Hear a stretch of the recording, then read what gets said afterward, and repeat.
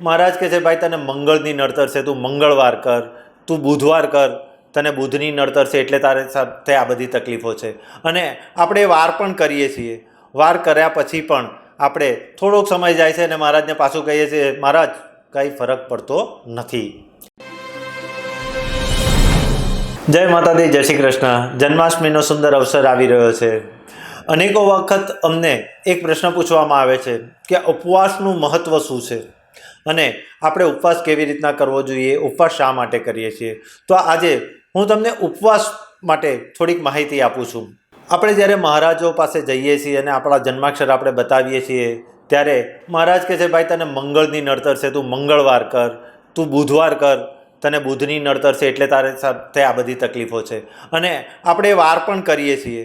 વાર કર્યા પછી પણ આપણે થોડોક સમય જાય છે અને મહારાજને પાછું કહીએ છીએ, મહારાજ કંઈ ફરક પડતો નથી.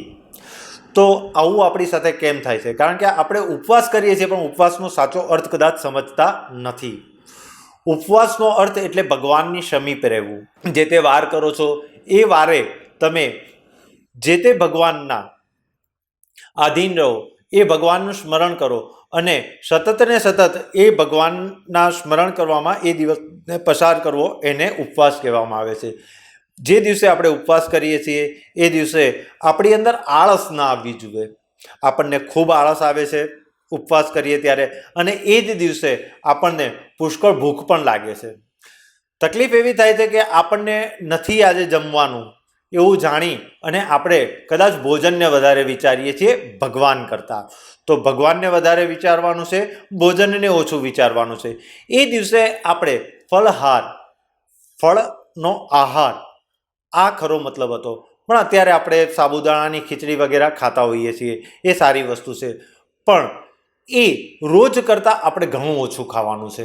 રોજ આપણે જેટલો ખોરાક લઈએ છીએ તેના કરતાં ઓછો ખોરાક લઈશું તો આપણને આળસ ઓછી આવશે, આપણને ઊંઘ ઓછી આવશે અને આપણે આળસને મૂકી, ઊંઘને મૂકી અને સરસ રીતે ભગવાનનું નામ લઈ શકીશું. આપણા માટે ખૂબ જ જરૂરી હોય છે. એ દિવસે વધારામાં વધારે આપણા વિચારોને સાત્વિક રાખવા માટે ફળહાર એટલે કે સાત્વિક ભોજન લઈએ છીએ. સાત્વિક ભોજન આપણે લઈશું તો આપણા વિચારોનું પણ શુદ્ધિકરણ થશે અને આપણને સારામાં સારું ફળ મળશે. જન્માષ્ટમીની એક સુંદર વાત છે કે રાતના 12 વાગે ભગવાન શ્રી કૃષ્ણનું અવતરણ થશે. હવે આપણે વિચારીએ કે આપણા ઘરની અંદર જ કોઈક બાળકનું અવતરણ થવાનું હોય, માતા હોસ્પિટલની અંદર હોય, તો આપણને ભોજન કરવાની એ સમયે ઈચ્છા થશે? ના, સહેજ પણ નહીં થાય આપણને ભોજન કરવાની ઈચ્છા. અને આપણે સુંદરમાં સુંદર રીતે ભગવાનનું નામ લઈશું અને એ બંને સાજા અને સ્વસ્થ રહે એવી આપણે ભગવાનને પ્રાર્થના કરીએ છીએ. તો આ જ રીતે આપણા જીવનની અંદર જે તે ગ્રહની નડતર હોય છે તે ગ્રહની નડતર નિવારવા માટે આપણે જે ગ્રહની નડતર છે તેના અધિષ્ઠાન એક દેવ હોય છે, તેનો આપણે વાર કરતા હોઈએ છીએ. અને એ વાર કરીએ એ દિવસે એ દેવનું ખૂબ જ શાંતિપૂર્વક સ્મરણ કરવું. તેનાથી આપણી અંદર સકારાત્મક ઉર્જાઓની જાગૃતિ થશે અને આપણા ધારેલા કામ અથવા જે તે ગ્રહની નડતર છે તેનાથી જે કામ અટકે છે તે આપણા પૂર્ણ થાય છે. જન્માષ્ટમીની વાતની અંદર આવું છે કે ભગવાન કૃષ્ણનું અવતરણ થવાનું છે. આપણે ભગવાન કૃષ્ણના અવતરણની રાહ જોઈએ છીએ અને સતત શ્રી કૃષ્ણ શરણમનો જપ કરીશું અને રોજ કરતાં સાત્વિક આહાર લઈશું અને એ દિવસે તામસી વિચારોમાંથી મુક્ત થઈશું.